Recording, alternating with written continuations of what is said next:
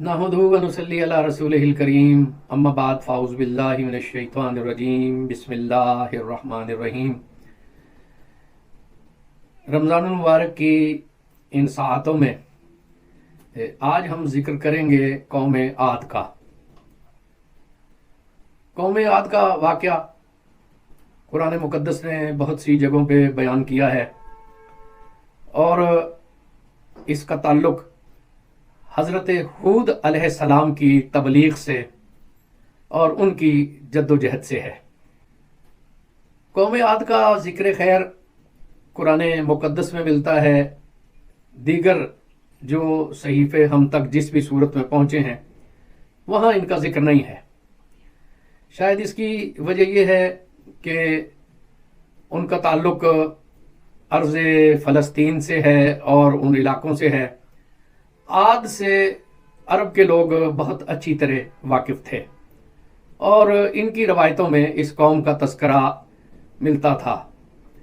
लिहाजा ये इबरत भी चूँकि उन लोगों के लिए थी अव्वलीन में, बाद में बाकी दुनिया भी उनके हवाले से इनसे आगाह हुई। कौम आद कहाँ आबाद थी? कहा जाता है कि अहकाफ का इलाका, आप नक्शे में यमन को देखें, वहाँ हज़रमौत का एक इलाका नज़र आएगा, उससे शुमाल की जानिब और ओमान से शर्क की जानिब। कहा जाता है कि ये कौम आद का इलाका था, बहुत सरसब्ज़ व शादाब था और खलीजे फ़ारस के साथ साथ होते हुए इनका असर व रसूख इराक़ तक था। अल्लाह रब्बुल इज़्ज़त ने इस इलाके को बहुत शादाबी भी अता फरमाई, खुशहाली अता फरमाई। बहुत अच्छी फसलें यहाँ पैदा होती थी, बड़े बड़े बागात यहाँ पर थे जो बड़े समर आवर थे। मौसम यहाँ साजगार रहते थे और हर किस्म की नेमतें इनके लिए फरावानी से थी। इसके साथ अल्लाह रब्बुल इज़्ज़त ने इस कौम को बड़ी जिस्मानी ताकत से नवाजा और इनका डील डोल और इनके जुस्से ये बहुत कदावर हुआ करते थे और गैर मामूली तौर पर ताकतवर थे। बड़ी बड़ी इमारतें बनाते, पहाड़ों को तराशते और उनमें अपने मकानात तामीर कर दिया करते थे, डैम बना लेते। गोया कि ऐसी ताकत अल्लाह रब्बुल इज़्ज़त ने दी थी कि ये इंसान होने के बावजूद भी मशीनी अंदाज में काम कर लिया करते थे। खुद कुरान मुबारक ने यह बयान किया है कि हज़रत नूह अलैहिस्सलाम के बाद जिस कौम को बहुत इफ्तिखार नसीब हुआ, शोहरत नसीब हुई और एक सल्तनत नसीब हुई, इक़्तिदार नसीब हुआ और उन्हें अल्लाह रब्बुल इज़्ज़त ने बहुत सी नेमतों से भी नवाजा, कुव्वतों से नवाजा, वो कौम आद है। तो ये एक अजीब अलमिया है कि अक्सर औक़ात ऐसा हुआ है कि इंसान को सेहत मिल गई, ताकत मिल गई, अक्ल व शऊर की ताकतें मिल गई, तो उसने अल्लाह रब्बुल इज़्ज़त की बंदगी से रूगर्दानी की और अपनी अक्ल को और अपनी फहम को अपना रहनुमा बना लिया। उसने जब गिरदो नवा को देखा तो मज़ाहिर से और सूरज से, सितारों से, हवाओं से, गुलजारों से और फूलों से, नसीमे सुबह की मस्त खरामी से, कुदरत के भरपूर और ख़ूबसूरत नज़ारों से उसने अल्लाह की मारिफत का सुराग हासिल नहीं किया, बल्कि उसने इनको अपनी नज़रों का हिजाब बना लिया, अपने फहम पे पर्दे डालने का ज़रिया बना लिया और इन्हीं चीज़ों को उसने कोई खुदाई इख्तियारात का हामिल समझ लिया। जब उसने गिरदो नवा के मज़ाहिर को देखा, हवाओं को देखा, सूरज को देखा, टिमटिमाते हुए सितारों को देखा, चांद को देखा, पहाड़ों को देखा, तो वो समझने लगा कि शायद ये किसी आसमानी कुव्वत के मज़हर हैं और इनके अंदर भी खुदाई इख्तियारात हुलूल कर गए हैं।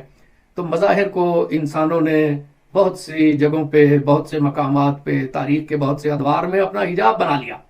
हालांकि ये चीज़ें तो इसलिए हैं कि ये अल्लाह की मारिफत का ज़रिया बने। कौम आद के साथ भी इसी तरह हुआ। उन्होंने बुत परस्ती और मज़ाहिर परस्ती का शेवा इख्तियार किया। ऐसे में अल्लाह रब्बुल इज़्ज़त ने हज़रत हूद अलैहिस्सलाम को उनके दरमियान में मबूस किया और हज़रत हूद अलैहिस्सलाम उनकी एक बहुत नुमायां शाख, जो ख़ानदान बहुत इज़्ज़त और वक़ार के साथ उनके मुआशरे में देखा जाता था, शाख खुलूद, उसमें आपका तवल्लुद हुआ। आपकी शख्सियत बड़ी जाज़िब नज़र थी, سرخ سفید چہرے کے مالک اور ریش مبارک آپ کی دراز، آپ نے بڑی دل سوزی سے انہیں اللہ کا راستہ دکھایا، لیکن وہ اس پر حیرت زدہ ہوئے اور حجت کرنے لگے اور نازیبا الفاظ آپ کے بارے میں کہنے لگے، آپ کی عقلی صلاحیتوں پر، ذہنی صلاحیتوں پر شبہ کا اظہار کرنے لگے، لیکن آپ انہیں بہت ہی نرم رویے سے سمجھاتے، بڑے اخلاص سے سمجھاتے، لیکن وہ باز نہ آتے، الٹا وہ حجتیں کرتے اور کہتے کہ کوئی عذاب نہیں ہے۔ آپ انہیں کہتے کہ تم اپنے بتوں سے کہو کہ مجھے نقصان پہنچا دے، لیکن جب وہ کوئی جواب نہ دے سکتے تو وہ کہتے کہ اپنے خدا سے کہیں کہ وہ ہمیں اپنی گرفت میں لے لے۔ جب عرصہ دراز اسی بحث و تمہیس میں گزر گیا اور وہ کسی طرح نہ مانے، تو پھر حضرت ہود علیہ السلام نے انہیں کہا کہ پھر اب تیار رہو، اللہ کی طرف سے گرفت آنے والی ہے۔ پہلے تو ان پر ایک قحط مسلط ہوا، ان کی کھیتیاں خشک ہونے لگیں، باغ جو ہیں وہ بے ثمر ہو گئے، بارشیں رک گئیں، لیکن وہ لوگ عجیب ذہنیت کے حامل تھے، اس سے بھی وہ باز نہ آئے، کوئی نیمے دروں نیمے بروں، چند لوگوں کے علاوہ کسی کو ہدایت نصیب نہ ہوئی۔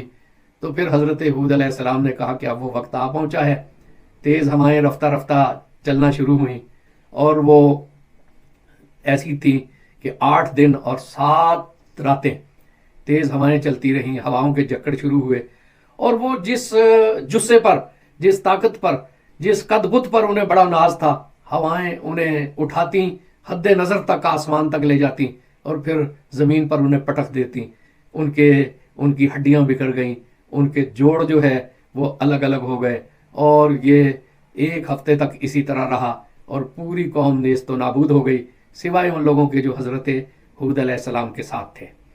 آپ کے بارے میں کہا گیا کہ آپ حضر موت کی طرف تشریف لے آئے۔ حضرت علی کرم اللہ وجہہ الکریم نے فرمایا ہے کہ ایک سرخ ٹیلے پر ایک بہت گھنے درخت کے نیچے آپ کی قبر اطہر ہے۔ فلسطین کے لوگوں کا کہنا یہ ہے کہ آپ اس واقعے کے بعد ہجرت کر کے فلسطین آ گئے تھے، وہاں پر ایک مقام پہ آپ کی قبر پاک کے بارے میں نشاندہی کی جاتی ہے۔ اللہ عالم بالصواب۔ یہ واقعات اس وقت کے ہیں کہ جب تاریخ ابھی مدون نہیں ہوئی تھی۔ ہمارے لیے اس میں سبق ہے کہ طاقت کا غرور، صحت جوانی کا غرور، ذہانت کا غرور کوئی چیز نہیں ہوتی۔ اللہ رب العزت کے حکم کی پیروی ہی میں ہم سب کے لیے عافیت ہے۔ اللہ ہمیں عمل کی توفیق عطا فرمائے۔